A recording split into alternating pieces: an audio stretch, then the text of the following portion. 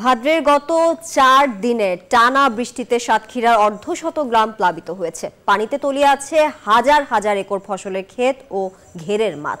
রাস্তাঘাট তলিয়ে থাকায় জনদুর্ভোগ বেড়েছে। তবে সবচেয়ে বেশি ক্ষতি হয়েছে মৎস্য চাষিদের।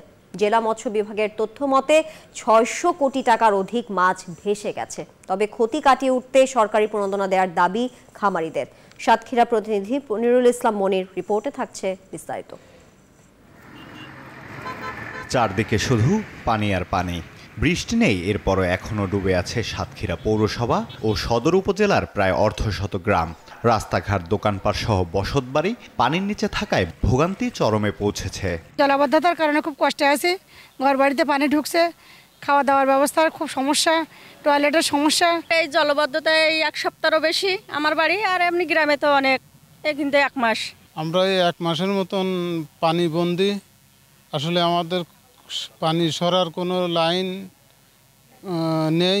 এমন জলবদ্ধতা দেখা যায় ঘরের ভিতরে যে সবার যে হিসাব জায়গাও হলো সংকটের ভিতরে পড়ে গেছে। বৃষ্টিতে বেতনা নদীর বাঁধ ভেঙে যাওয়ায় সবচেয়ে বেশি ক্ষতি হয়েছে মৎস্য ঘেরে। খামারিরা বলছেন, ব্যাংক ঋণ কিভাবে পরিশোধ করবেন তা নিয়ে দুশ্চিন্তায় তারা। আমার ঘের, পুকুর, বাড়ি সব ভেসে গেছে। আজ ধরেন 1 মাসের মতন পানি বন্দি বসিয়ে আছে, আবার এই পানি হলো।